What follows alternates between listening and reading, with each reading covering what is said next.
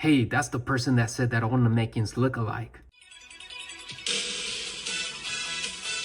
What's up guys, this is your boy Rod from DBZSHFIGS.com, and today I'm bringing to you an unboxing and review of the Dragon Ball S.H.Figuarts Nail figure. Just a reminder that I'm on the road to 5,000 subscribers. Once I reach that milestone, I'll be giving away one of these Tamashii Nation store exclusive Son Goku Innocent Challenger. So if you're watching this and you haven't subscribed, make sure you subscribe because you might even be the one that takes this one home. While you're at it, make sure to check out the Discord server for the channel. It's a community where like-minded people go to talk about Dragon Ball S.H.Figuarts all day long, share our favorite photography and stuff like that.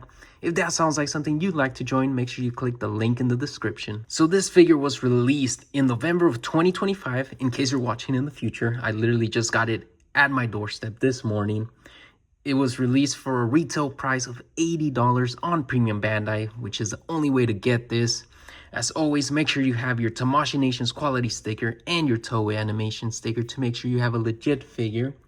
So just going to give it a quick little spin here so you could take a look at the box in its beautiful, updated, modern day S.H.Figuarts design.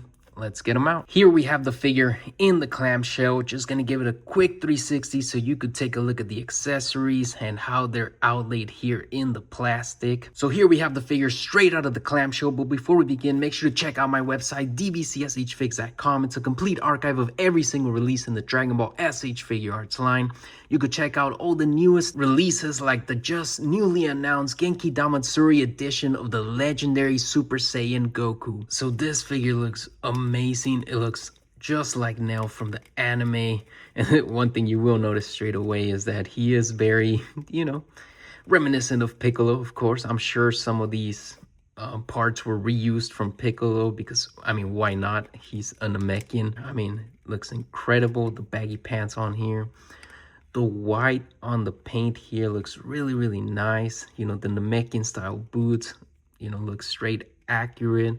I will tell you, this is kind of a loose piece so that the foot is able to rotate a little more. I don't believe that Piccolo comes with this feature. I think this is something that they reimagined that may be involved with newer Piccolos coming out, but that's pretty nice. And then just everything else looks cool. The pants are white. His 1, 2, 3, 4, his 8-pack over here looks pretty cool. Let me remove this plastic now, just breaking them in. The green looks really nice on the body, and yeah, a lot of tiny details you can see with the crevices on there, as well as the red outline on his abs there. The red is really nice, honestly. It really comes through on the camera here, and it looks really nice in person as well. But yeah, could have added a little more texture to the chest here, but it doesn't really look too bad. And then, of course, everything else is just pretty standard Namekian. The nail looks pretty cool. You can tell straight away. The little thing on his cape here, or his vest, I guess. His cape? What would you even call this? Looks pretty nice. It's a very cloud looking thing. It's just straight up white plastic. Could have added a little shading, in my opinion, just to give it a little nice extra touch, but they don't really do a lot of shading nowadays, unfortunately. So as far as the accessories that he comes straight out of the box with this just kind of intense looking face, like he's staring down Frieza, ready to defend his village. He also comes with this one where you can see the veins popping out of his head here. He's looking off to the side like he's in the middle of battle or getting beaten up by Frieza. He comes with this one with also the veins popping out, and he's kind of grinning. His teeth are out. He's in trouble. He feels it. With this face, he's clearly in trouble. You can see sweat coming down his face here. One eye is shut. The other one is open. He looks like he's in agony. And then this one is when he's on the ground. He's been defeated. Piccolo has come to see, and they just decided to fuse together because Nell knows he's about to pass away. As far as hands go, he comes straight out of the box with these closed fists ready to fight someone. He comes with what I like to call the Ki Blast hands, which are basically just open palm hands throwing Ki Blast at people. He also comes with these kind of gripping looking hands, but also it could be his fighting pose stand right before battle commences. And then he comes with these karate chop hands, which is basically one of the moves that he does in the anime. He tries to attempt to do it to Frieza, which he fails, unfortunately. But here you can recreate it. So if you want to remove the cape here, or whatever you want to call it, you have to take off the head and then pop out the arms, which thankfully pop out quite easily. Hopefully they don't become too loose over time. And then you have to clear one hand, and then you're able to take off the rest here. So now you have the body here. So if you want to take a look a little more, you can see it has texture all up in here. All the muscles look point. Then you just reconnect the arms. Thankfully, they do seem to be able to pop, which is what we want to hear, instead of just, you know, randomly being in there. But yeah, there's Nail. He does come with, of course, an extra one of these. So if you want to not have his cape on, but you still want to have this on, you can, of course, do that. So basically like this. So this is him removing his robe, I guess would be the right call. And then just still having his thing there, just to differentiate him from Piccolo. And then lastly, he comes with this nice looking translucent arm, which is basically meant to be recreating the fact that Namekians are able to, you know, grow a new limb if it gets cut off. So what you do here, and it only comes for the right arm, of course, is you hold basically at the elbow here, and you should be able to just pop this out as such. So this is what that looks like in there. And then you should be able to just basically put this in there. You should hear a click there, and then now what you have is basically an arm that's regrowing once Frieza cut it off, which looks pretty cool. I really like the attempt they had here, especially making it translucent. I think it's very, very reminiscent of the anime, and I really appreciate that.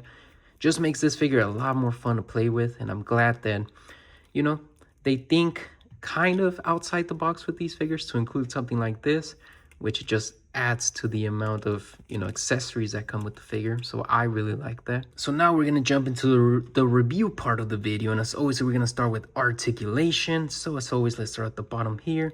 The foot is able to rotate 360. It is able to bend up, bend down quite a bit. You have a nice ankle rocker, especially with this loose piece here, just allows for more mobility. The toe is able to bend up and slightly down, as you can see there. So that's pretty nice. The knee is able to gonna bend this much, which is all you're basically gonna need.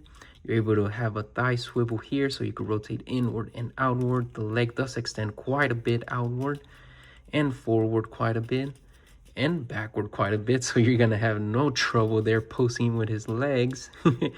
And then at the waist, he is able to rotate 360 if you want. However, just be careful with this blue piece here, because it can bleed onto the white paint here, so I wouldn't recommend doing that too often. He is able to basically bend over basically at a 90-degree angle, which is pretty good.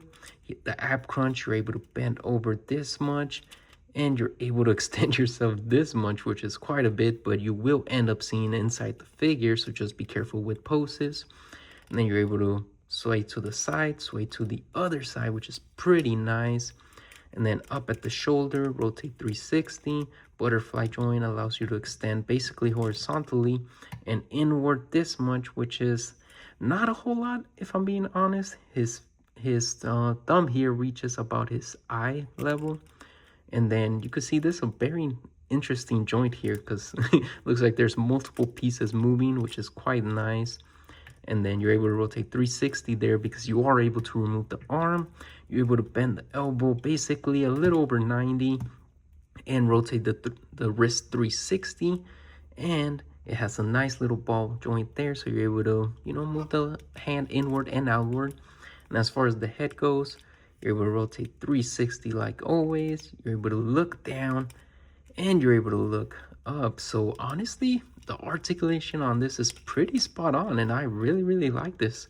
I feel like they tried their best and it comes across that way. So actually, I'm gonna give it a 4. As far as accuracy goes, I mean, I gotta tell you, this guy looks straight out of the anime and I have 0 complaints. I mean, I would say that it's very hard to not get this right. You know, he basically looks like Piccolo with a different outfit going on, but yeah, straight 5. Now, price to plastic ratio. So just a reminder, this was an $80 premium Bandai exclusive. He does come with the robe, if you want to call it. He comes with an extra one of these.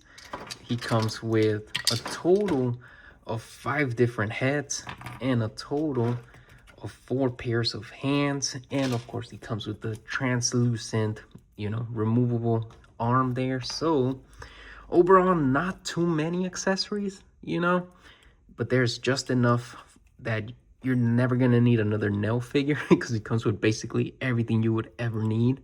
However, the $80 price point is kind of steep. Unfortunately, this figure was announced when the whole tariff situation was going on, so I think it did suffer from that. 80 is still a lot for anything, so I'm gonna give it a 3. As far as scale goes, here he is next to Piccolo the Proud Namekian, and funny thing is that they're actually basically the same height, so this one's kind of confusing to me because if you look up how tall is Nell, Nell's supposed to be like 5'11", 6 foot, and then Piccolo's supposed to be like 7 foot tall, so this would not be accurate. Unfortunately, I'm not really able to find a snapshot of Piccolo standing side by side with Nell, so I'm not able to confirm if they're supposed to be the same height. So another figure you could compare this to is Frieza First Form.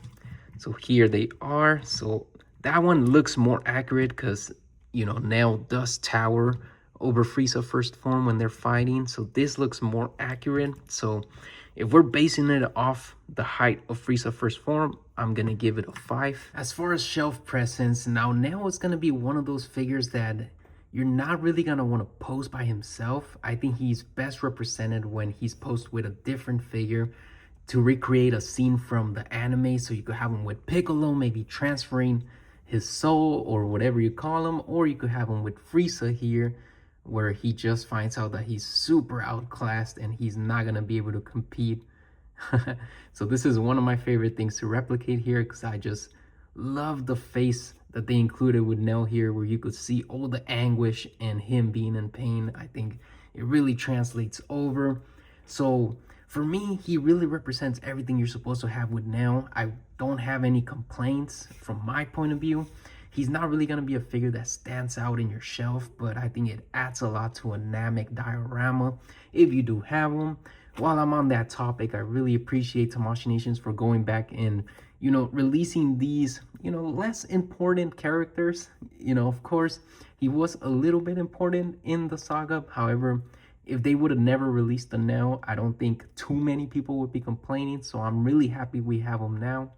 So I'm going to give him a 4 for shelf presence. So overall, S.H.Figuarts Nell from the Namek saga gets a cumulative score of 4.2 out of 5, which makes it a great addition to any collection. You know, the articulation is top notch. It was my favorite part. I like all the accessories he comes with. The only things that are cons for this one is basically the price point, and just the scale could be a little better. But if you're gonna post them with Frieza First Form, I think it's all right, you know. But other than that, I don't see a lot of people specifically picking this one up because, like I said, $80 for a side character is quite steep. But if you do have the extra money or you're a completionist, it's a really nice one to add to your collection. But that's basically gonna be it from me. Make sure to check out DBZSHFIGS.com. And then while you're at it, make sure you check out the Amazon deals tab so you can find all the best deals currently on Amazon for Dragon Ball S.H.Figuarts. If you're still listening to me at this point in time, just know that I really appreciate you, and I hope you have a nice rest of your day.